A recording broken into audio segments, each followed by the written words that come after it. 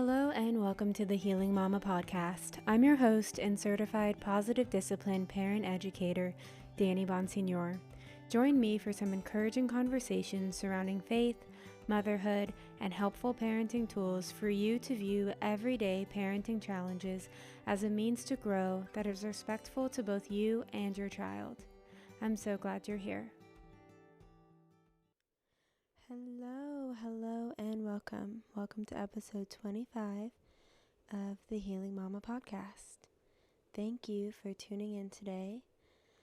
I am so glad you are here, and as always, I just ask that if this episode or any episode before really speaks to you and you feel compelled to share the love, it would help me so much if you would share this episode or any episode before with a friend, a family member, or a random person on the street.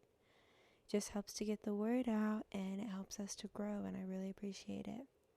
So, I am coming to you live from my bed, actually.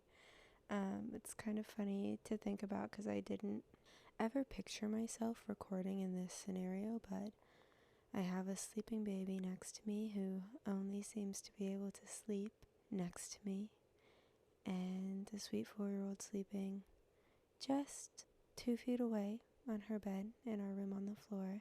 And I'm really embracing the season of life, and I just feel so grateful to get to do what I love while also doing what I love, and just kind of mixing both of these worlds, and I'm figuring it out as I go. But I hope you've had an amazing day or are having an amazing day if it's the beginning of your day, the middle, or the end. But if not, I know it will get better, and you get to decide. It's so beautiful that we get to decide. You get to choose your thoughts, your actions, how you perceive a situation. At any point in time, you get to say, stop, I'm not thinking those thoughts, and you get to choose better ones. And no, it's not easy, but you can and you will, right? The thoughts we think, they just kind of shape our feelings, they shape our experiences, they shape our day, and you are in control. This past couple of weeks have flown by for me since we last spoke, and I'm currently dealing with some muscular issues that are new to me. I tell you, I will never take for granted the ability to just walk.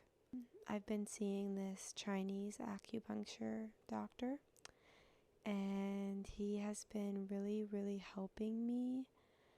But it is just something you gotta go through, I guess. It's amazing to me because the doctor was telling me that I need to slow down. He was saying, you are go, go, go, and you need to be slow. And this was amazing to me because I'd been having these thoughts that we had just been so busy lately. And I was wanting to find ways to just have slower days at home. And then this came up. And it's literally forced me to be slow and to stay home more than I was. And I'm a huge believer in our emotions and how they can manifest in physical ways and things like this happening. And I just know it's not random. There's a lesson in this, as there is with most things, which it just made me start to reflect, start to think about all of the things, because I've had so much time to just think lately, and the moments we miss out on because we are so busy rushing from one thing to the next. And if you want to, you can really rush anything, right? You can rush getting ready, you can rush going to the bathroom, you can rush making your bed, you can rush anything, you can rush your children, you can rush all of these moments that matter, and we're just rushing through them. And it's even days where I have nothing planned and I'm in a hurry to clean up the kitchen or to get laundry done, and I had to ask myself the other day, why am I rushing? And honestly, I had no idea. I was just rushing to rush. So I took a breath and I decided to stop. It seems so simple, and it is that simple a lot of the time. We just get to make the decision to not do anything anymore. It's a conscious choice to stop rushing and to fully immerse myself in whatever it is I'm needing to do. My daughter has been wanting to help with everything lately, which really isn't anything new. She's been helping me since she was able to, but how this looks has changed over time. And this has been another challenge of slowing down and enjoying these tasks with her, knowing that this can be what makes her enjoy these tasks that I just want to get through. And I can easily let her just do something on her own and rush to do another task, but I'm learning that that's not the point, right? She wants to do these tasks to be with me, and I'm learning to enjoy these tasks too, just to enjoy being a faithful steward of what God has blessed me with. And I found myself sitting in awe the other day. Actually, it was yesterday, I believe. When you're living a slow-paced life, the days kind of seem to mesh together. But I was just sitting in the living room and I just was thinking, wow, thank you, God. Just thank you for this ability to just be here in this moment, to just be sitting here nursing this sweet baby, listening to the sounds of my 4-year-old playing, and just thank you. That gave me such a feeling of goodness that rushing has never made me feel. And it just made it seem so real, so eye-opening to me, just an awakening of sorts of how many times I've missed the ability to just feel that calmness because I'm always rushing.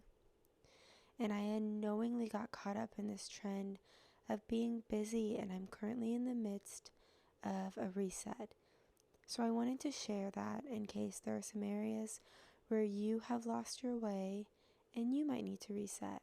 I felt this was important to talk about because maybe you too have gotten into habits without realizing it, or without realizing what could follow these habits. It can be easier to just get things done without our children being in the midst of it, right?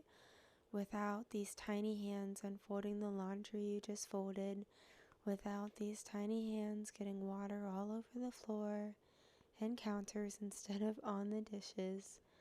This season of mothering young children, I believe, is also a season of sacrifice in a lot of ways.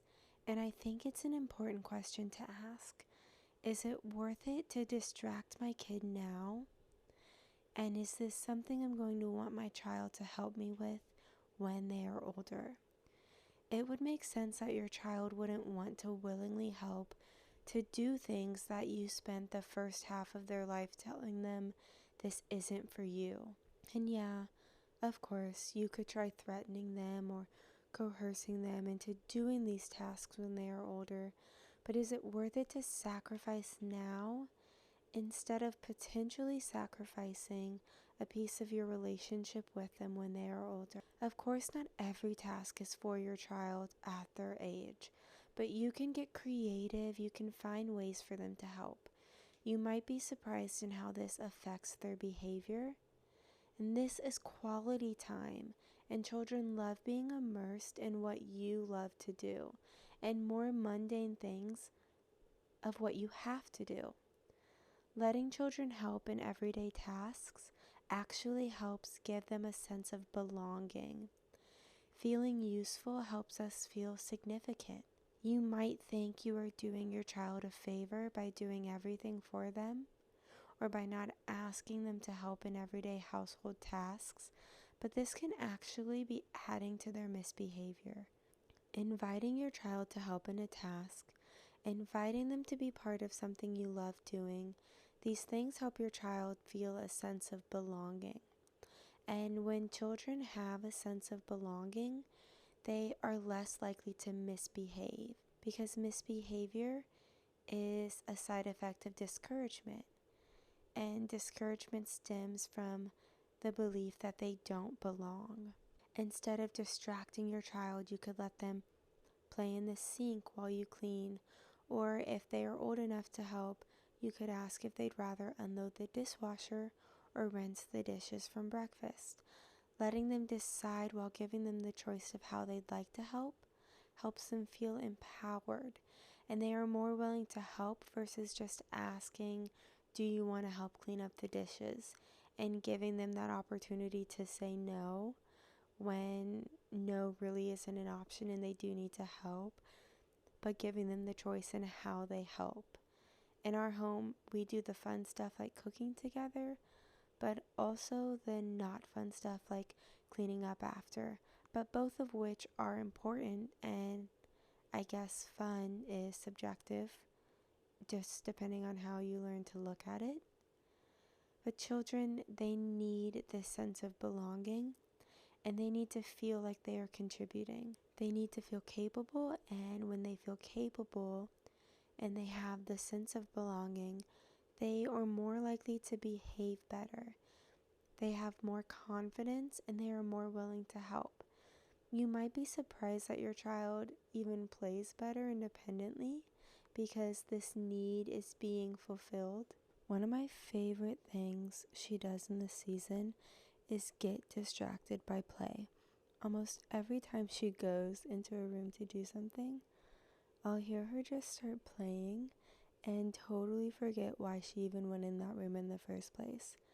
I do want to add that when you are including your children in these moments, it is so important to make sure that you are not criticizing them. When children join us in these activities, it's important that we are encouraging them, that we are remembering that we don't always have to be there to teach them, that we can just be there in support of them, and we can show them how to do something, or we can just see what they do. We can allow them their own time to discover something, to mess up, to figure out a way to get it right without having to jump in every second, without having to get them to do it exactly how we do it.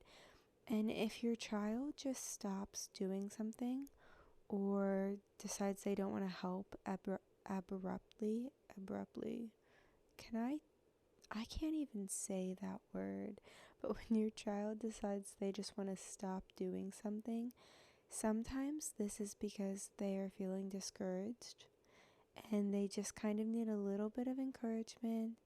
They need to learn that it's okay to do it their way, that it's okay to make a mistake, and that it's okay for them to figure this out. I don't know if you heard that tiny little baby sneeze, but oh my gosh, melt me. Okay, including our children does slow us down. And I'm actually beginning to wonder if that's the point. If slowing down means that I get to soak in even one extra day of my child being the age they are, one extra day of these little baby sneezes, then that's what I want. If all we have to do is blink, then it turns out I want the tiny hands unfolding my laundry. I want the water all over my floor. I want to be slowed down because I included my small child. All of this to say that when your child is lacking a feeling of belonging, when they are lacking confidence, when they are not getting ample opportunities to contribute, they are going to misbehave. And because they don't yet understand that their desire to belong and contribute is what is fueling their behavior, they are going to act out in all of the worst ways just to get your attention. Because children don't care if your attention is negative, they just care that you're noticing them. So perhaps if you're dealing with some challenging behavior, maybe for the next couple of weeks you try including your child more. If you're struggling getting your child to eat different foods, maybe try letting them help cook.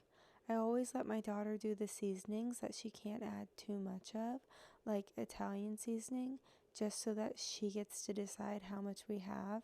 And that makes her more excited to eat the food because she got to help prepare the food and she actually got a say in how it's being done. Giving your child a sense of control helps to give them their power back, and because they will exercise this power regardless, giving them the option of choice encourages them to use their power in a more positive way. It's a beautiful and challenging responsibility, the gift of motherhood, and I hope to encourage you as a mother and provide you with the tools to help encourage your child as well. Let's enjoy this spontaneous ride while it lasts, because while we hope our children need us for the rest of their lives, or the rest of our lives, which is really sad when you say it that way, this will look different in every season. And this season of littles is so short-lived, and I don't know about you, but I want to enjoy it, not just survive it. I pray you have a beautiful next couple of weeks, my friend. Until next time.